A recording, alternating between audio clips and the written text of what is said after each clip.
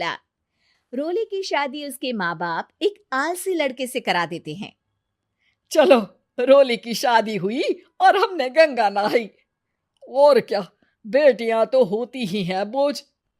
हाँ, पर अब क्या चिंता, उतार तो दिया बोझ तुमने, अब वो लोग समझे। ससुराल में रोली का पति कहता है, देखो, मैं कोई काम नहीं करता, ये बात तुम्हारे मम्मी पापा को बता दी थी मैंने। अब जो किराया आता है दुकान का, उसी से घर का गुजारा करना है। कभी भूल से भी कोशिश ना करना किसी चीज की डिमांड की। क्या मम्मी पापा को पता था कि आप कोई काम नहीं करते? और क्या, बड़ा अच्छे से पता था। उन लोगों को तो तुम बोझ लगती थी, बोल रहे थे कि बस शादी कर लो और कोई मतलब नहीं है। रोली को यह सुनकर बहुत गुस्सा आता है, लेकिन करती भी तो क्या, क्योंकि वो जानती थी कि उसके माता पिता ऐसे ही हैं। जैसे तैसे रोली दिन काट रही थी। रोली को एक प्यारी सी बेटी होती है। धीरे धीरे वो बड़ी होती है और उसके साथ उसकी जरूरतें भी बढ़ती जाती हैं। सुनिए जी, अब तो सिमी बड़ी हो रही है, उसका स्कूल में दाखिला कराना है। मैंने अब तक तो जैसे तैसे समय काट लिया, लेकिन मैं बच्ची की परवरिश में कोई कमी नहीं रखूंगी। अरे क्या है यार, अब तो लगता है कोई ना कोई काम ढूंढना ही पड़ेगा। अब पति रोज काम की तलाश में जाता और बिना किसी काम के वापस आ जाता। रोली समझ जाती है कि पति के अंदर अब काम करने की क्षमता नहीं है। वो बेटी को उच्च शिक्षा देने के लिए कुछ करना चाहती थी, लेकिन करती तो क्या करती।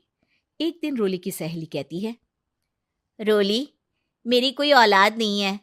अगर तू मेरी औलाद को जन्म दे तो मैं तुझे तेरे मुंह मांगे पैसे दूंगी। अरे, तेरी औलाद को मैं कैसे जन्म दे सकती हूँ? सरोगेसी से। बच्चा मेरा और वैभव का ही होगा, लेकिन कोख तेरी होगी। ये संभव है रोली।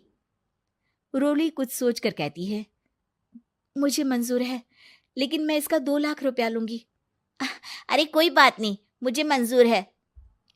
रोली खुश हो जाती है कि एक बच्चा पैदा करने का उसे 2 लाख रुपया मिलेगा। वो घर आकर पति को बताती है, वो भी खुश हो जाता है।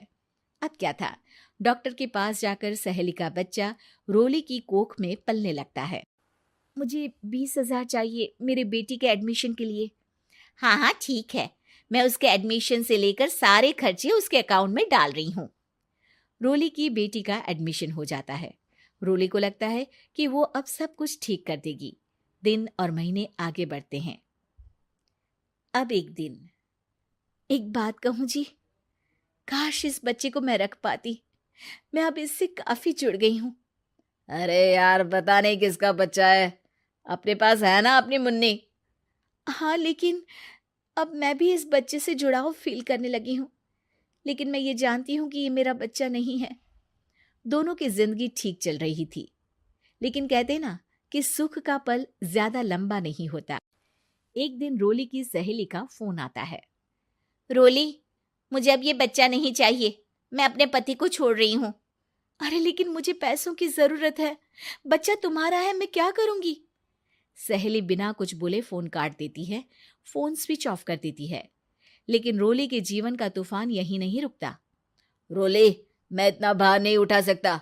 आज पढ़ाई का पैसा मांग रही हो, कल को शादी, कॉलेज और पता नहीं क्या क्या। मैं तुम्हें छोड़ रहा हूँ, अपनी बच्ची उठाओ और निकलो इस घर से।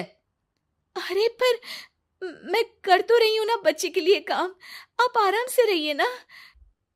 क्या काम कर रही हो, देख रहा हूं मैं। ये छोटा शहर है, यहाँ लोगों को बात बनाते वक्त नहीं लगता। तो मैं क्या करूं? ज्यादा पढ़ी लिखी नहीं हूं, कैसे घर के खर्चे चलाऊं? और आप तो काम करना ही नहीं चाहते। हाँ, ना चाहता हूं और ना ही करूंगा। रोली को पति की बात पर काफी गुस्सा आ जाता है।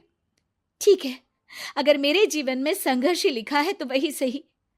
इस वक्त पति होने के नाते आपको मेरा साथ देना चाहिए था, लेकिन नहीं, आपने तो इस हाल में मुझे घर से बाहर निकालने की बात कह डाली।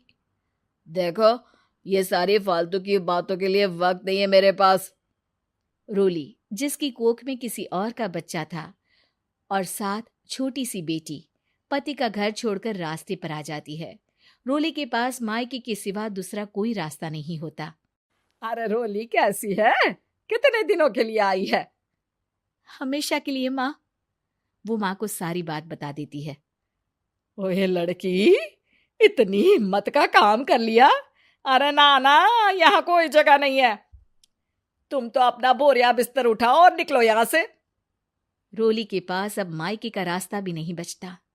वो चुपचाप बच्ची को लेकर जा रही थी कि उसे दर्द होता है और वो डॉक्टर के पास चली जाती है और फिर वहां वो एक प्यारे से बेटे को जन्म देती है। कितना प्यारा है, कितने अभागे हैं इसके माँ बाप जो इसके पैदा होने पर भी नहीं है। तभी वहां डॉक्टर आ जाती है। रोली, बच्चे के पिता तुमसे मिलना चाहते हैं। आपका बहुत बहुत शुक्रिया। मैं इस बच्चे को पालूंगा, भले ही इसकी माँ ने इसे छोड़ दिया हो, पर मैं अपनी जिम्मेदारी निभाऊंगा। तो क्या आप मुझे इसके पैदा करने के लिए जिन पैसों की बात हुई थी वो भी देंगे? हाँ, और साथ ही आप चाहें तो मेरे घर में रहकर मेरे बच्चे की देखभाल भी कर सकती हैं। मैं उसके लिए आपको सैलरी दे दिया करूंगा। रोली को लगता है कि जैसे भगवान ने उसके लिए सुकून का रास्ता खोल दिया। वो अब मुकेश के साथ उसके घर चली जाती है, जहां रहकर वो उस बच्चे की देखरेख करती है। अब मुकेश के घर को रोली अच्छे से संभाल लेती है। उसके लिए खाना बनाने से लेकर बच्चों की देखभाल और घर की देखरेख। धीरे धीरे मुकेश को रोली से प्यार हो जाता है। रोली, तुम्हारी बेटी और मेरा बेटा बिल्कुल भाई बहन की तरह साथ रहते हैं। हाँ, आखिर है तो एक ही कोख के बच्चे, अटैचमेंट तो होगा ही ना। रोली, तुमने घर और मुझे दोनों को संभाल लिया। ये तो मेरा काम है।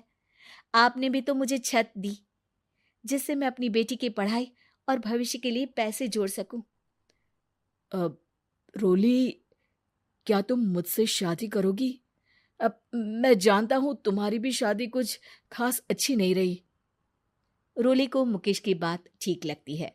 वो उसे हाँ बोलने की सोच ही रही होती है कि उसके पहले पति का फोन आ जाता है। रोली, मैं बहुत परेशान हूँ। मेरा एक्सीडेंट हो गया है। मैं चाहता हूँ तुम वापस आ जाओ। रोली को पुराने पति की चिंता होने लगती है। वो सोचती है कि वो क्या कर रही थी। हाँ हाँ ठीक है, मैं आ रही हूँ। हाँ रोली, आ जाओ, लेकिन बच्ची को कहीं हॉस्टल में छोड़कर आना, क्योंकि मैं नहीं चाहता कि हम लोगों के बीच फिर से वो सारी बातें हो। रोली को समझ आ जाता है कि पति आज भी सुधरा नहीं है। वो पति के पास जाने से इनकार कर मुकेश को हाँ कर देती है।